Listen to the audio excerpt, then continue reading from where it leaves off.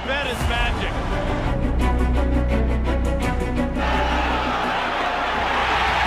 And it's complete for the touchdown.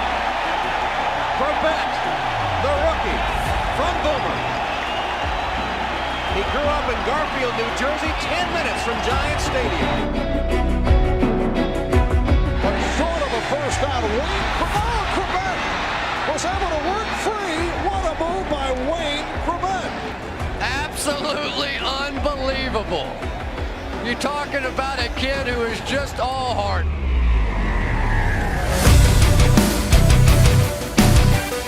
Welcome to the Underdog Jets podcast with Wayne Corbett and Robbie Sabo.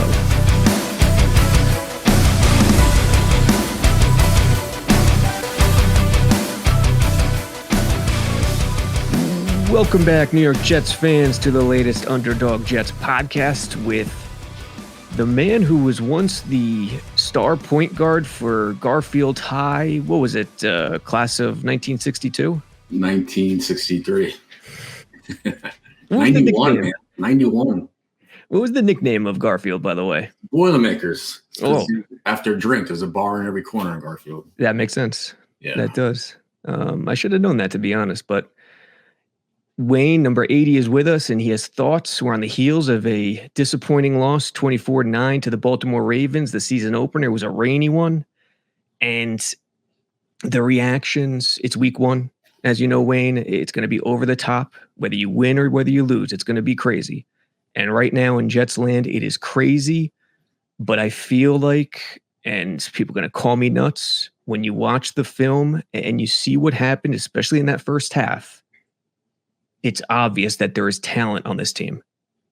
Yeah. Listen, they got a lot of talent, a lot of young talent. It's just tough team to start off against. You see my dog in the back. Tough, team to start against with that defense. And have Flacco, against that defense. He's not very mobile. He's kind of just standing back in the pocket. But they say he like 2.8 seconds to release the ball, which basically is the amount of time it takes to drop back. Yeah. So they're up against it. I'm not sure what they're going to do this week, whether it's him or Mike White.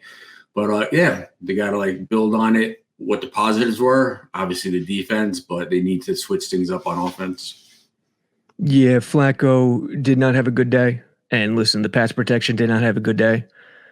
They got to get that buttoned up. The left side, Fant, did not have a good day. Laken Tomlinson, the veteran.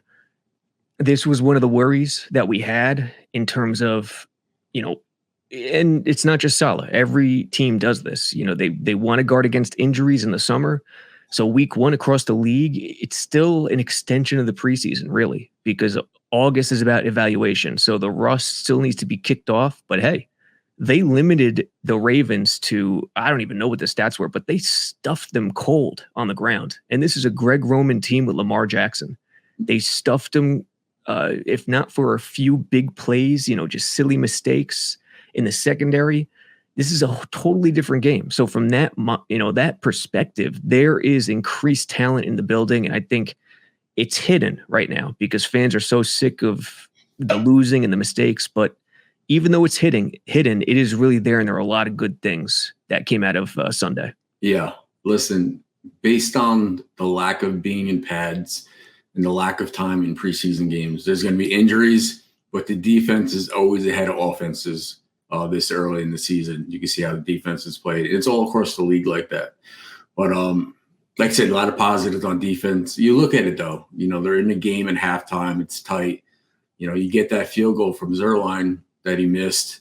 Mm-hmm. Play here or there. I mean, people were bashing Flacco in the first half, but 2 drop passes. Corey Davis and the other one, and he throws a pick that looks like a terrible throw, but the guy fell down. Yeah, Cager. It was going to be there. So just, those plays made it look worse than it was. But on defense, they stopped them. Don't want to let Lamar out of the pocket. You got the second, a 40-yard pass interference play. That was a killer. Yeah. And then you see a touchdown to, I think, Duvernay, and Bryce Hall's all over him. All over him. Can't have better coverage without pass interference. So, they made all the plays and the offense didn't help them out. Yeah, and the Jets, think about their mentality coming out. it was kind of similar to Carolina last year. LaFleur, we know what kind of offensive mind he is. He comes from Shanahan. He wants to establish the run. They come out with 13 personnel with 3 tight ends. Saleh said afterwards it didn't work. Hindsight is 2020. Yeah, throw it to him though. I know they had a chip on the ends, but throw to the tight ends. That's the easiest throw possible. You don't need much time. Just pop it to one. All 3 of those tight ends can catch. Right, and he was right in the sense that, if they were afraid of the pass rush, that was the right way to go. Yeah, and they also ran the ball. They also ran the ball really well in that first half. So, as poor as the O-line was when standing up, they did a good job on the ground early against a good defense. Yeah, Michael Carter had that long run, and they didn't go back to it. Trying to go up the middle, which is the strength of their defense. So they need to get back to that. I know they tried to get Breece Hall the ball a little bit, tried to throw a little screen to him. It was high, it's wet, it's windy, so that's understandable. But look at the guys. You got Carter and Breece, rookie and second year. And then, Flacco made a good throw to Garrett Wilson, and it was risky. But just look at the moves this kid made. Yeah. I mean, he made something, out of nothing. I mean, he almost got the first, but, he put 3 moves on them. I mean, Berrios, Corey Davis had some sliding catches. I mean, there's a lot of manpower on the offense. So they just got to find a better way to get them the ball. Let's get this out of the way because the Garrett Wilson play reminds me. After the game, Saleh talked about, the mistakes they made. And he referenced just one of many things. Garrett Wilson not plunging ahead for the first down there. Excellent play, making something out of nothing. Reminding me of, again, Santonio Holmes in a lot of ways, but that play is more than I've seen from Santonio Holmes in terms of elusiveness. It did look like he could have lunged forward to get the first down in the chains at the last moment.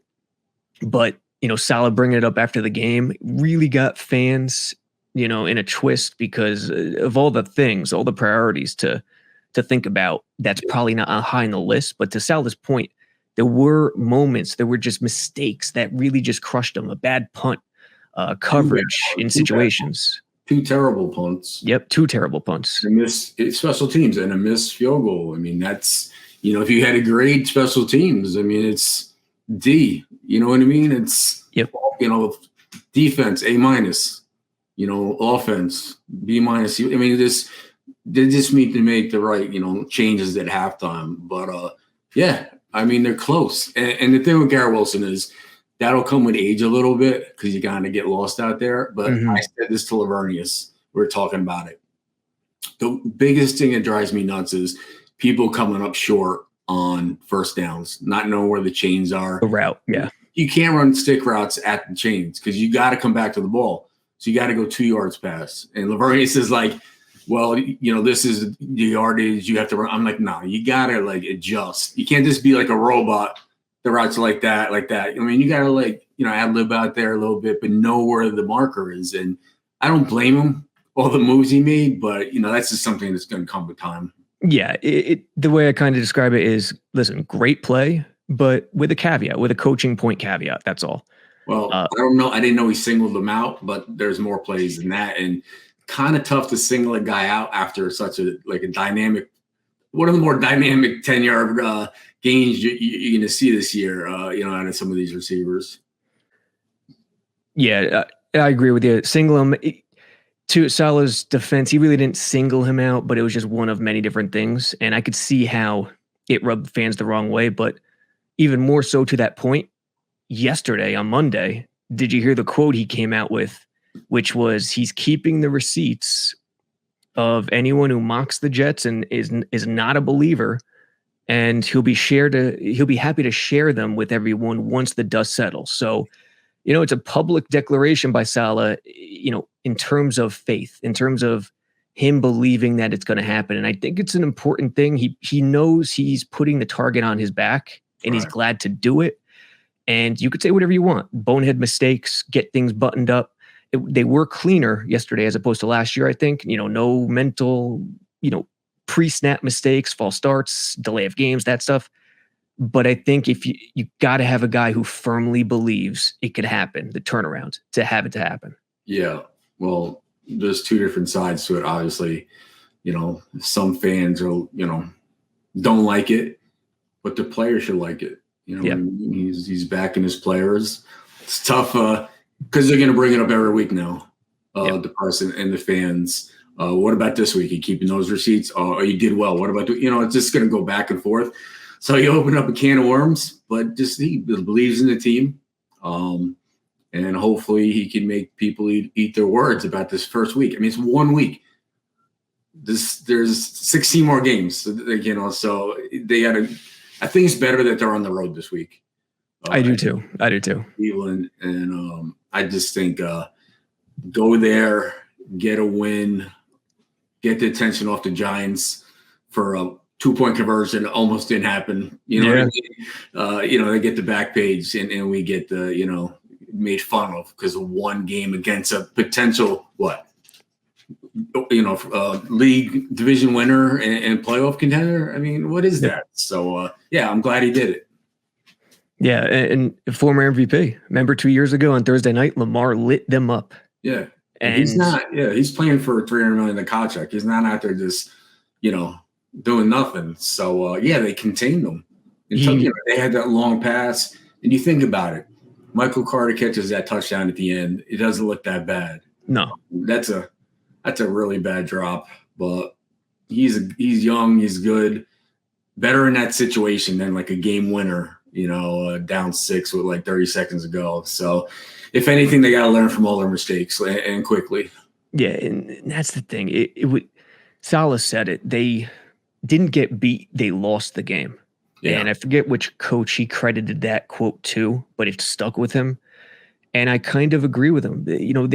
When you look at the film, they were, in a lot of areas, the better team, the more eye-popping, more talented team, even in the trenches. Yes, the pass protection was not great. Yes, Flacco was not good. But in a lot of areas, from 1 to 53, they looked better than Baltimore in a lot of spots. It was just those boneheaded mistakes. And Lamar Jackson, defensively, the scheme, I thought, the game plan was great. They flooded the middle of the field. It was responsible rushing. The D-line got some pressure on him. It was just they dared him to beat him to the sideline, which that's not Lamar's strength. You just can't make those mistakes. Like the Joyner mistake, I forget what coverage it was in zone, but you can't make that mistake if you're Joyner. And Bryce Hall, you said it was great coverage, and it was. But it was either cover 1 or cover 1 robber or cover 1 hole where they're flooding the middle of the field on 3rd and 5 or 6. Maybe you don't want to press and trail there because you don't have over-the-top help. So it's situational stuff like that where you get it buttoned up. He was in position. That was a tremendous catch. But look at Sauce. Yeah, Sauce. That was an unbelievable play. Look at DJ Reed's interception at the end of the game. Yep. They're got some talent there. They brought some good guys in. Quan Alexander had that big hit. Whitehead, too. Yeah, but think about it. Whitehead. In a year like that, we've had it where a fumble, you got 5 Jets and 1 Raven, and they come up with it. It's just you need catch breaks like that. You need to catch breaks like that, and sometimes it doesn't happen right away, but they'll catch those breaks if they keep playing as hard as they did. Yeah, and the touchdown came on the very next play, I think, or the second play after that. Coverage? Yeah, that was the Joyner play. Yeah, so, they played, Sauce is amazing. I think he had like 30, plays out there, didn't give up basically a pass, but and they had him moving around too. He was playing Andrews on today. I don't know who they were talking about, or they're talking about the Pats or something. They said before you learn how to win, you have to learn how to not lose. Mm-hmm. That's it. It's just those little mistakes. They clear that up and get a little more going on offense. They're going to come up with a win in Cleveland this week. Yeah, and also the energy. I mean, Quan, you hit it on Quan and Whitehead. What they bring to this defense, along with Salah, because Salah's one of the leaders too, they bring the energy to a point where it's infectious. And there's a lot to like, especially with this defensive backfield. I mean, Sauce, that play underneath, getting the hands up at the perfect time against Andrews, that's a rookie in his first ever game. That's an incredible play. Yeah. Same exact play. Trailing the guy. It's the same thing Bryce did. Yeah. What? A fraction, a couple inches, his hand inside, it's knocked down. But when they signed Quan, I was like, this is a good move. He had that hit in preseason, right? Yeah, for his first practice, I think he leveled the guy. It's funny, like when he hit that guy in preseason, the meme was as he hit him, all the rings came out, like in Sonic the Hedgehog. You collect the Yeah, rings, yeah. he hit him and all the rings, But yeah, they got some studs, and they're young. They're young on defense, man. The sky's the limit for this team. I know fans want immediate results, and they're going to come, but people have to understand, they still got to come together and mesh and gel together. Yeah, and I mean, if we're going to go negatives, I guess it's the offensive line.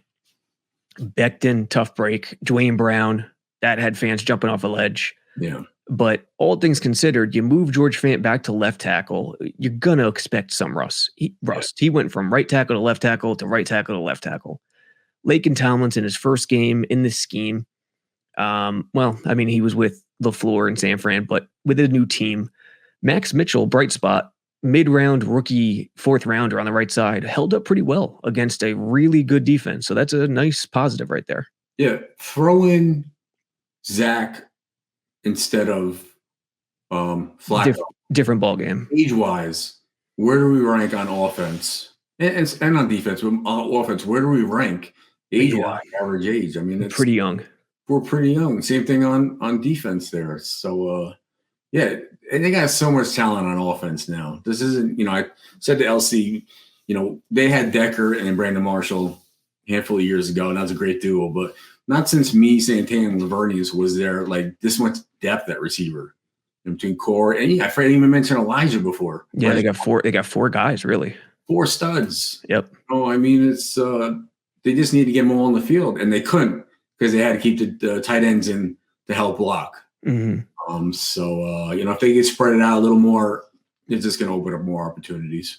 Yeah, Flacco. The main thing I saw from Flacco is him in the O-line. It was just one of those games where there was pressure early, and Flacco was from a different era. Let's be honest. He was just looking at the rush a little too much, and that hurt him downfield at times. He's much better than what he showed in this one. But, both the quarterback and the O-line, when standing up, I think on the ground they were great, especially considering Baltimore wasn't really scared of the Jets through the air. Yes, so pushing up. Yeah. Considering that, they were pretty good. Yeah. I mean, like I said, they ran the ball. Michael Carter had a great run up the middle late in the game. But, yeah, it's just going to take time. But I said watching Flacco, I was at the game. The tough thing about being at the game was we were in the green room, and it was delayed from the TV you're watching, and you'd hear a cheer. And I didn't know, you think it was a good cheer, and then it was an interception or a sack or something like that. But Flacco, even when he had time, he was throwing off his back foot. Yes. And, I think it's understandable to be gun shy, how the game started getting to him. But that's tough. You need someone that steps up in the pocket, and obviously, Zach can scramble, Mike White can scramble to extend plays. With this age, you got to have people that can extend the play, run the ball, keep the defense honest. And with Flacco back there, had a great career, but he's at the tail end of it. Yeah, and you feel for Flacco a little bit because the game is really different. And I'm watching that play with Bryce Hall right now. You're right. Bryce Hall had great coverage, and it was a great call too defensively. You want to take away the middle of the field. Linebacker in the middle, single high safety. It took a perfect pass. And interestingly, I said this to someone, Leberfeld, during the game. You notice with Lamar, his accuracy is deadly when he puts air under the ball. Yeah. Any ball where there's air underneath it, downfield, 40, 50 yards, middle of the field, he's deadly. But when it has to be on a rope, he's not accurate. So it encouraged me that their game plan defensively, Ulbrich and Saleh, played to that fact. Yeah. Think about this with Flacco. Like I said, he had a career, the Super Bowl, and some of the guys. And Jet fans don't want to hear this, but in this day and age, what Tom Brady does at this age, older than him, the accuracy and it's just different. Mm-hmm. I mean, this age of LeBron and Brady and Kobe. I mean, this some serious people that are, they're not going to be matched as far as championships and stuff like that. But just Flacco, he just doesn't have it anymore. Like some of these guys, like far late in his career. Mm-hmm.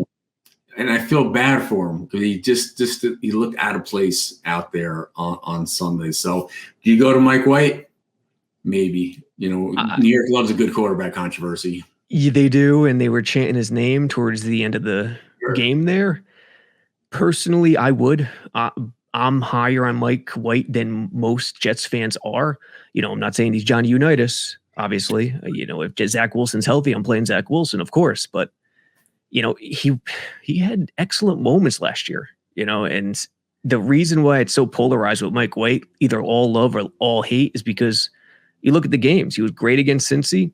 Yeah. Great against the Colts before he got hurt, and then terrible against Buffalo, which has the best defense in the league last year, in my opinion. The best DBs where they disguise coverages. It's insane, their defense, some of the stuff they do. Yeah. So I would definitely go to Mike White. Well, yeah, there was the Mike White for President T-shirts. Yeah. Mike White fan club after. People are like, what about him? Like, listen, Zach Wilson's a quarterback, and hopefully for a long time. And then I heard on talk radio, the Scrivener guy. Yes. He's on the practice. Why not put him in? And the guy, I don't know who it was, being mean, was just like, he did it versus like second, third string guys when it didn't matter. He looked great. And he's just joking. He's like, yeah, somebody came to deliver something at my house. I think it was an Amazon Prime guy. And I recognized the guy. And it was one of the guys that was in the game covering receivers when Scrivener was throwing the ball. Like, that's the kind of guys. He was playing against guys that are not in the league and not on a roster. Yeah. So I understand it. It's exciting to think about that, but that kid is not ready. Mike White has a little bit of experience, but that kid, you gotta stop with that, man. And I'm excited for the young kid. Hopefully he grows into something, but Mike White gave him the shot, but it's Zach Wilson's job. Yeah, listen, we love Streveler. We love what he did. We are ecstatic he's on the practice squad. But no. I thought we were going to lose him. Are we going to lose him? I thought we were going to lose him when they put him on waivers. I thought there was a possibility too. It's to your point, he's not ready. And if you're going to claim a guy off waivers, and if he's on the practice squad, well, they could have claimed him off waivers, didn't have to. But now that he's on the practice squad, if you claim him, you have to put him on your active roster, and that's a tough thing to do. Yeah, and so I'm at this appearance today at the Jets complex, and there's an older man I was there that I've met before, and we're just talking about a team. So listen, it's early, and Joe Douglas is supposed to come out, and he's like, oh, I guess he couldn't come out. He's busy, on the phone trying to get Garofalo. I said, look, you just did it. This is, I know you're a big Jeff. This is typical. Why do they have to get Garofalo? Give it 2 weeks to Zach's back. I'm like, immediately you want to change everything. Everything that's been built, everything that's ready to go, it's just delayed right now because of the injury.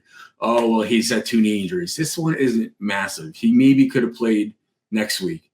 But what is he, 22 years old? Yeah, 22. He'll bounce back. This isn't like a situation like Becton where this could hamper him the whole career. I mean, this guy's young. He's vibrant. I mean, he's gonna heal and he's gonna be fine. But like right away, Garofalo, I'm like, dude, you gotta chill, man. Give these guys a chance. Yeah, I mean, first of all, the money Garoppolo makes, come on. Number one, you can't do that in a hard salary cap league. Joe Douglas would never do it. Right. Number two, Mike White, again, he showed flashes last year. Flacco's a Super Bowl MVP.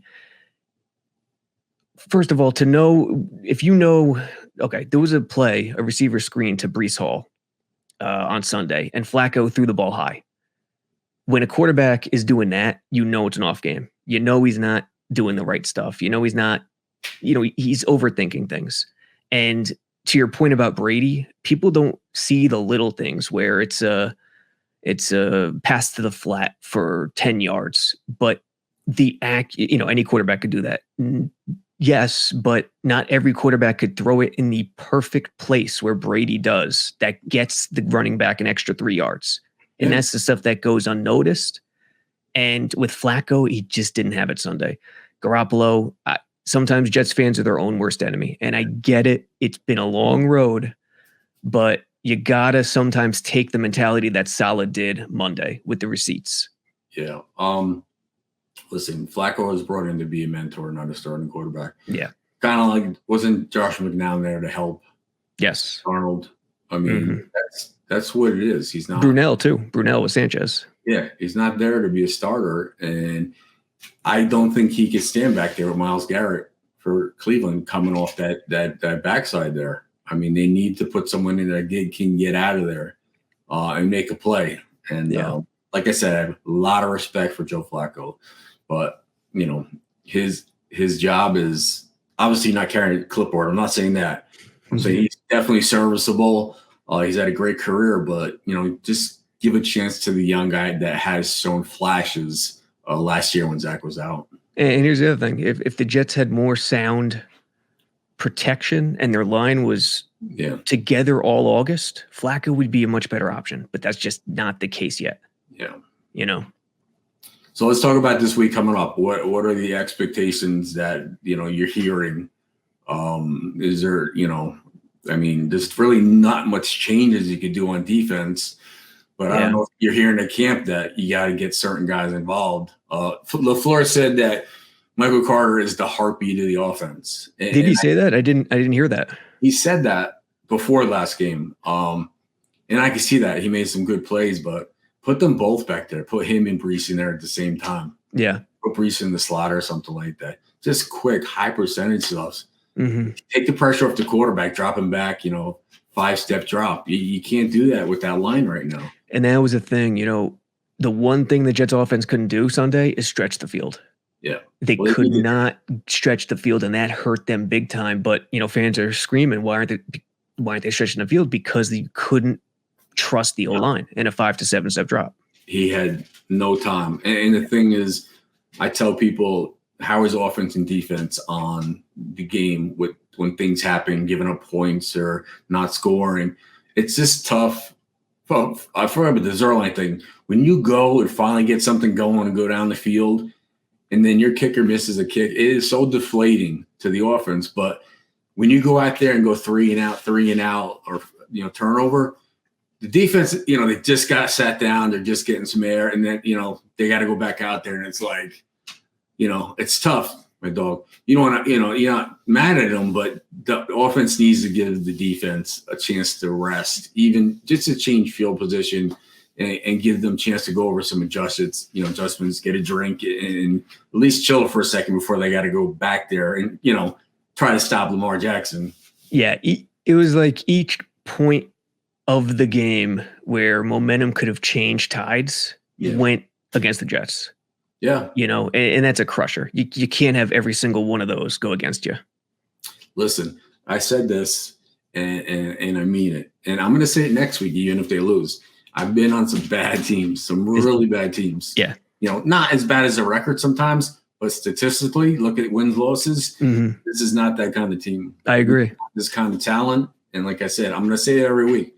I don't care if they lose how many to start the season or when. It's just very talented, very young, great, great future. I know people want to see immediate results, but listen, they're not a play here or there, and it's a different game, coming into the fourth quarter there. I agree completely. And two of the things I was really worried about coming into the year were answered in a positive way. The run defense, number one, I was worried about it. They were terrible last year. They lost Foley. They're not big in the middle, but Solomon Thomas was tremendous. He might be their most important defensive player. He's got to stay healthy. But they defended the run, and the X's and O's defensively was tremendous to me. So those two things, really, really good. And the other thing, there was no injuries. There were no injuries from Sunday. At this point last year, they lost Joyner, they lost Becton, they had already lost Lawson, Curry. It was endless after week 1. Braden Mann got hurt in the first game. So there's a lot of positives, and yes, the schedule's really tough, but hey, they got a winnable game this Sunday in Cleveland. I think you're right. It's good that they're on the road. It's Jacoby Brissett. This is not, Bernie Kosar's Cleveland Browns. This is not even the Browns from 3 years ago. So very winnable game. So wrapping things up, Jet fans, relax. You know what I mean? You go out there, you get a win. I don't care what the score is, if it's pretty or ugly. Like I said, trust that they've made the right moves in the draft the last 2 years, the right free agents. They spend the Johnson family sell the team. What do you, dude? Stop. They spend the money. They do the right things. I mean, I'm grateful to them. They took care of me, but I don't understand what people are getting that they need to sell a team. They're going to win. They deserve, a championship good team. They're spending the money. You can't say they're not. And why? And they're staying out of the way of the football side. Yeah, and that's big. I mean, look at the Cowboys. They're a wreck. Yes. With owner like that and owners that, kind of get too involved with personnel and stuff like that. Listen, they have brought in the right guy. Joe Douglas look at last night. Jamal Adams is hurt. The picks he got for a safety, Joe Douglas, and for Darnold. Or got Garrett Wilson in these guys. So just, back off them if you want to, blame things, just find different reasons. Correct. The front office, I have no questions about them. No questions about Joe Douglas. There's never turmoil. There's no leaks. The talent is here. This season will come down to quarterbacking and coaching, this turnaround. And I think they have the team to get it done. They just have to bide their time and go week to week. And yes, to your point, Jets fans, I got into an argument with Jets fans a couple of years ago about, remember when someone flew a banner, fire Idzik banner or something? So fire somebody. And my point was, what's the point? Like if you put pressure on if you put pressure on the organization to make a knee-jerk move and fire someone, look who they brought in afterwards. Did that work out? That didn't work out either. No, they got to figure it out on their own. If you're flying a banner, it's not going to do anything to improve the situation. I get the frustration, but watch the game again. Watch the talent. Watch to see who was the faster team. And the results will actually surprise you. Yes, there was boneheaded moves. They got to clean that up. But Saleh knows it. There's two questions: offensive side and defensive side. And I think the defensive side, the question was answered on if they've improved against the run, got faster, more athletic, and the answer is yes, absolutely. Mm-hmm. I'm not saying they're going to be world stoppers like the 2000 Ravens or the 85 Bears, but you could see a massive difference this year from last year if they just got to work on the offense side of the ball. Yeah, and I kind of saw it early on, but you're worried because it's August. But from the jump, with Whitehead and Reed, those guys were communicating, and with Sauce's talent, that's a dangerous group. Yeah, and Mosley healthy. Yeah, they say healthy. They're going to be in the top 10 in the league. I think so too. Yeah, the top 5. So yeah, Cleveland. Well, go ahead. I was gonna say we'll see what happens this week. This could be a different conversation we're having next week, and I hope it is, and I think it will be. I think so too. I actually think so. And you know what? This is a big game too because their schedule is not easy. Yeah. It's a tough schedule the first 8, 9, 10 weeks. So big game against Cleveland this week. I think it's going to be Flacco. I don't think it was officially announced yet. I think it'll be Flacco, but Saleh said the quarterback position is always being evaluated. That's the truth. No reason to just pick right now. Wait till the game plan comes out and don't give Cleveland, make them game plan for both of them because it's going to be a different game plan if it's Flacco or Mike White. So why give them a heads up on, hey, this is our starter. So absolutely. And hey, how about Geno Smith last night? Did you catch any of that? No, I know that Seattle won. And I also heard that they massively booed Russell Wilson, which they did. It's kind of a shame. And they had asked Pete Carroll before the game whether they thought the fans would cheer for him. And he's like, he's either against us or with us, whatever it was. I'm not saying that told the 12th man to boo him, but I thought they would cheer for him before the game. Then boo him. He's the enemy during the game. But man, they rained down boos on him, man. It's tough, but Geno Smith, I announced the pick, Radio City. Yes, you did. That's what made me think of it. Yeah. And he's proven me right, for his 4th team. Yeah, he had a good game. I mean, credit who's Seattle's offensive coordinator? I forget, but he had a great game plan. But that game was like Jets fandom blast from the past. Pete Carroll, Geno Smith, Jamal Adams, even Paul Hackett's son, who's the Denver coach now. Yeah. So yeah, he didn't do too well. No, So no. we'll see. Yeah. We'll see what happens. Young, and then you get the guy from the Giants looking like a rock star, dude. Dayball, yeah. Zaquan almost got 2 yards in the backfield. This is a different. We're both on the back page of sports with losses. I mean, I don't know if they know how lucky they are. I'm glad Saquon saved that play. Yeah, Zaquan, he's back, and like I didn't. I played him in fantasy this week. Did you? But I didn't realize he was going to come back that strong. He said he would be. I'm glad he did. Made me some money, but yeah, good for him. Yeah, hopefully he can stay healthy. Yeah, and so it's going to be a long year still. A lot of stories going to come up, and the story right now is we need a win, and I think we're on our way if we continue to get better this week out in Cleveland. And the head coach believes the turnaround will happen. As much as Jets fans don't want to hear it because they just want to see results, that is a good thing, folks. Yeah. It's a good thing. All right. JetsXFactor.com. Use discount code 80. Have a chance to meet and greet with Wayne Corbett. We did the latest meet and greet a couple of weeks ago. It was tremendous. And get a free 8x10 autographed signed picture. I mailed a few out, so I think fans will be happy about that. And away we go. I think we'll do the next meet and greet in a couple of months, sometime in mid-season, and look out for some live shows too. I think maybe we'll try to do a live show next Monday. Go. All right. Like I said, it's going to be a different conversation. I know.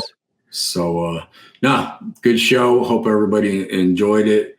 We'll, you're not afraid to talk about the sensitive, issues with the team. I'm obviously a Jets fan and Jets player, and my whole life has been Jets, since I got out of college. And I try to be honest with you about how I feel. I'm never going to bash them. That's how I feel, but I'll be, genuine in how I feel about it. So just continue to log in and watch us. The way I view it is, if I criticize someone, would that person also criticize himself on tape? Right. You know what I mean? And the great players who strive for greatness, usually the answer is yes, and it matches up. Yeah. So yeah. We got the right 53 guys on the roster. The talent is here for sure. Yeah. Better than it's been in a while, in a long time. All right, Jets fans. Wayne Corbett, number 80. Any final thoughts, and take us away? Yeah, again, thanks for joining us. I know this one is 37 minutes, a little longer, but we had a lot to talk about. And hopefully next week's short and sweet. Thank you, talking about all the great plays. And we're going to start showing plays during the as we talk, to kind of go over plays and, what we saw and what we liked. So just tune in next week and hope everybody enjoyed it. All right, Jets fans, we'll catch you later.